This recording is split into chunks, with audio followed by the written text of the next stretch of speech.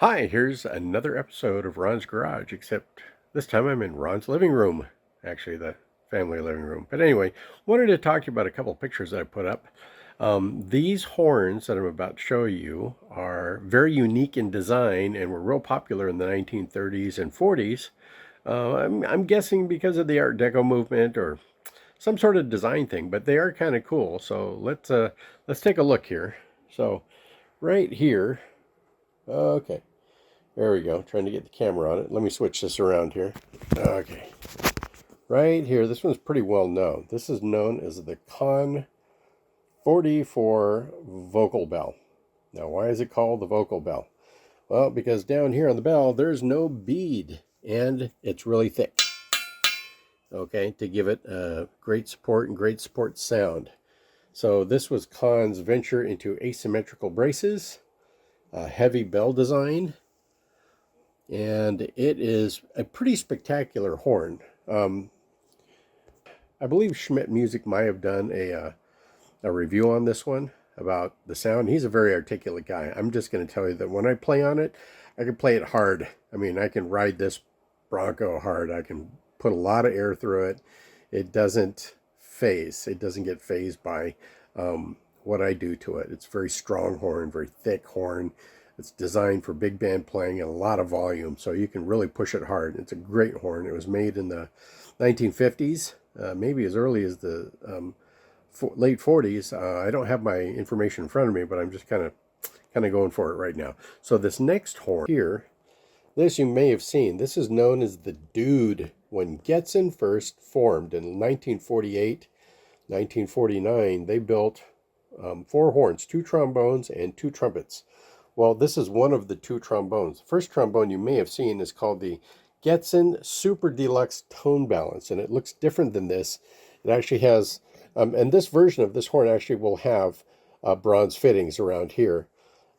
But this one's pretty standard in terms of it being mostly all brass, with the exception of nickel plating down here in the hand area of the slide. It's kind of a weird brace with this double barred thing, but once you hold on to it, you kind of get used to it. But this is kind of a quintessential Geten thing here when you look at it. These kind of these octagonal metal pieces, you find them in their elk horns, and you find them in all of the stencil horns that elk horn made for a lot of different suppliers and companies, named a lot of different things, which I've kind of covered in a few things, a few other videos.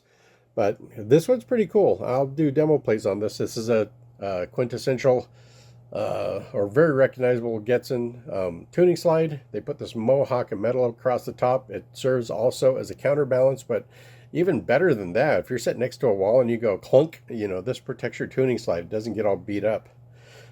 So this is a wonderful horn too. This is the Geten Model 60, known as the Dude. I mean, really, it's not just a nickname. It's actually printed on the horn, and it's known as the Dude. So it's kind of cool. Okay, next horn over is the Holton.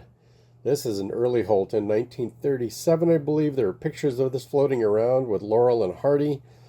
Stan Laurel was actually holding this horn in his hand. This is the tuning's right here. So, it's not up here and it's not down here in the slide. It's right here in the bell.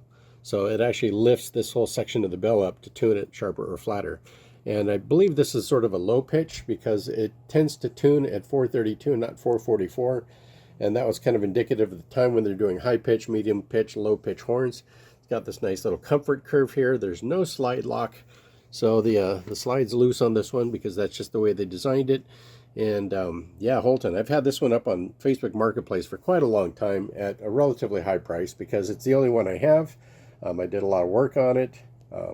I know they're floating around Europe, but right now I got it up for $750. If you want to buy it, I'll sell it to you for $750. But anything less than that, I'm not biting. Sorry. Okay, here's the next one here. I'm going to skip over that one, but we're going to look at this one here. This one was made by Buescher. This is the Buescher, I believe it's the 400. That's what they call it. There's a picture of it right there.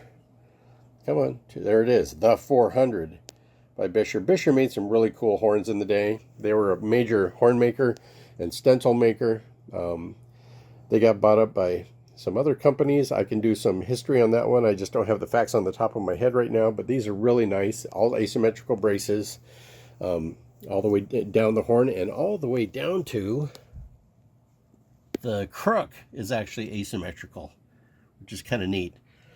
So, but it's a small horn, 7-inch bell. I'm probably going to be stripping and relacquering this because it's pretty pitted. But no, it's a cool little horn.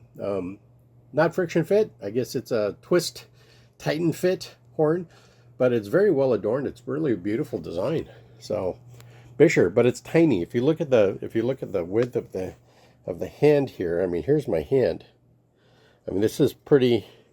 It's pretty narrow. So between my mouth and my neck, there isn't a lot of room. Same with this one here that I'm about to talk to. This is an elk horn, and the elk horn was the student line made by, you got it, Buescher. So they also did some asymmetrical braces, not as severe as the 400, but asymmetrical nonetheless. And this is a nice horn for a student horn.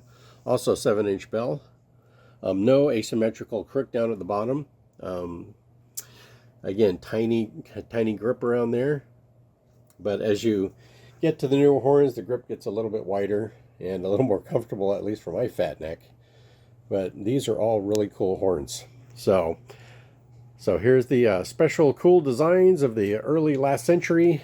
Just thought I'd share these with you. I've been collecting these over the years and making sure that they're all very playable. And yeah, these are cool. I hope you enjoy this video. It's right here on Ron's Garage. So, signing off for now. Stay tuned. I'll do some demo videos on each one of them. Okay, because they're all pretty much small bores, except for the Conn. Conn's probably the largest of it. And I believe a 500? I don't know. I'll double check 484. I know the Holton, not the Holton, the Geten Dude is a 498 bore, so that's practically 500. You know, give or take a few hundreds or thousandths of an inch. That was pretty much Geten's standard slide bore size from 1948 all the way up into the 70s. So, and then the Holton, that's a dual bore. I'll have that listed, and then the other two are relatively small. They're somewhere in the 570s. I mean 470s. 570s would be huge. 470s. Anyway, I'm rambling. I'm going to end it right here. And stay tuned for demos on each of these horns. Okay? Thanks a lot. Talk to you soon. Bye.